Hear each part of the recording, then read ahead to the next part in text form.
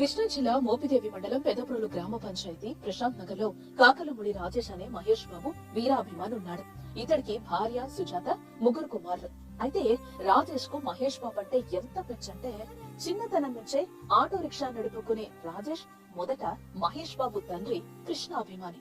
ఆ అభిమానంతో తాను రిక్షా తొక్కితే వచ్చే డబ్బుల్లో సగం కృష్ణ సినిమానికి ఖర్చు పెట్టేవాడు. ఒక్కో సినిమా కనీసం 10 సార్లైనా చూసేవాడు.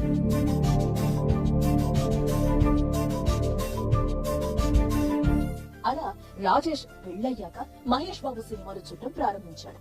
ఈ క్రమంలో మహేష్ బాబుకు వీరాభిమాని అయ్యాడు. మహేష్ బాబు నటించిన అర్జున్ సినిమా విడుదలైన నెలలో రాజేష్ కు పెద్ద కుమారుడు పుట్టాడు. అప్పుడు అతడి పేరు అర్జున్ అని పెట్టాడు. అదేంటి సినిమా పేరు పెడుతున్నామని భార్య అడిగితే అంతే అన్నాడు. చుట్టుపక్కల వాళ్ళు, బంధువులు కూడా అర్జున్ పేరు బాగానే ఉందిలే అన్నారు. అయితే కొద్ది రోజులకు రాజేష్, సుజాత దంపతులకు రెండో కుమారుడు పుట్టాడు. అప్పుడు మహేష్ బాబు నటించిన అతిథి సినిమా విడుదలైంది. అంతే, మరో మాట లేకుండా రెండో కొడుకు పేరు కూడా అతిథి అని పెట్టాడు.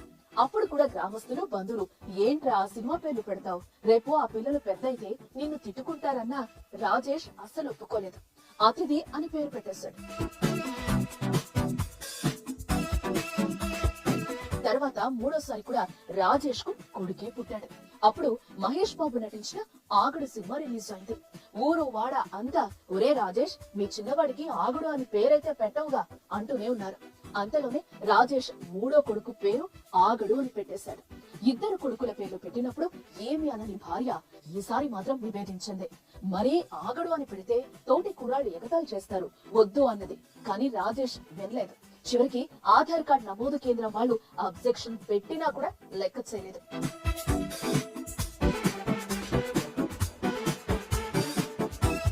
కాకర్లమూడి ఆగడు సన్ ఆఫ్ రాజేష్ పేరు మీద ఆధార్ కార్డ్ ప్రింట్ తీసుకునే ఇంటికొచ్చాడు. అయితే ఇంతటి వీరాభిమాని ఇప్పుడు చావు బతుకుల్లో ఉన్నాడు. కిడ్నీ ఫెయిల్యూర్ అయ్యి రోజు లెక్కిస్తున్నాడు. అసలే నిరుపేద కుటుంబం కావడంతో పెద్ద కొడుకు అర్జున్ చెప్పుల షాప్ లో పనిచేస్తూ కుటుంబాన్ని పోషిస్తున్నాడు. తాను చనిపోయేలోపు మహేష్ బాబుని చూడాలనుంది, కనీసం మాట్లాడినా నా జన్మ ధన్యమవుతుందంటున్న రాజేష్ పరిస్థితి తెలుసుకున్న సుమన్ టీవీ రాజేష్ పై ప్రత్యేక కథనం ప్రసారం చేస్తుంది.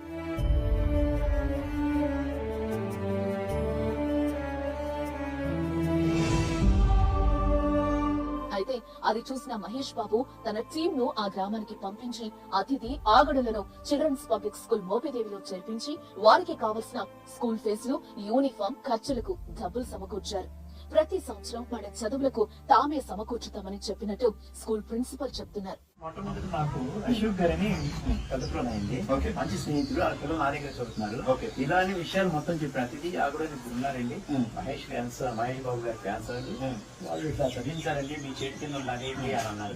నేను వెంటనే స్పందించి ఏంటని చెప్పి వాళ్ళు ఇంటర్వ్యూ చేస్తే వాళ్ళు నాకు మంచి రెస్పాన్స్ ఇచ్చారు. వెంటనే నేను అశోక్ గారికి చేద్దామంటే ఇట్లా అనేటికి ఆయన పలానా మే 31న కృష్ణ గారి ఉన్నదండి, దానికి మీరు అమౌంట్ వేసిస్తే మీ దీంట్లో వేసిస్తే మనం ఆన్లైన్ చేద్దాము అని ఇద్దరు ముగ్గురు కలిసి వచ్చారు. నేనేమో దానికి ఏం సరిపడా బుక్స్, డ్రెస్, కొటేషన్ ఇవ్వడం జరిగింది. వెంటనే 31st ఆ రోజు ఈవినింగ్ ఫంక్షన్ ఏదో జరిగిందండి, మీరు రావాలని నాకు ప్రజెంట్ టెక్నీషియన్ ఉన్నాయంటే వాళ్ళ తాలూకా వాళ్ళు వచ్చి నాకు వెంటనే నా అకౌంట్ కి చిల్లర పంపించుకుని కరెస్పాండెంట్ చిల్లర పంపించుకుని మోదీ అనే అకౌంట్ కి 70,000 ట్రాన్స్ఫర్ చేయడం జరిగిందండి. దానిలో వాళ్ళకి సంబంధించి ఇయర్కి సంబంధించి మొత్తం దాంట్లో సరిపోతాయండి. అయితే ఈ విషయాన్ని మహేష్ బాబు టీం సీక్రెట్ గా ఉంచారు. అయితే చావు బతుకుల్లో ఉన్న రాజేష్ తో మహేష్ బాబు ఒక్కసారి మాట్లాడితే బాగుంటుంది అంటున్నారు రాజేష్ గురించి తెలిసిన వాళ్ళంతా. మనము కోరుకుందాం త్వరలోనే మహేష్ బాబు రాజేష్ తో మాట్లాడాలని, రాజేష్ తిరిగి కోలుకోవాలని.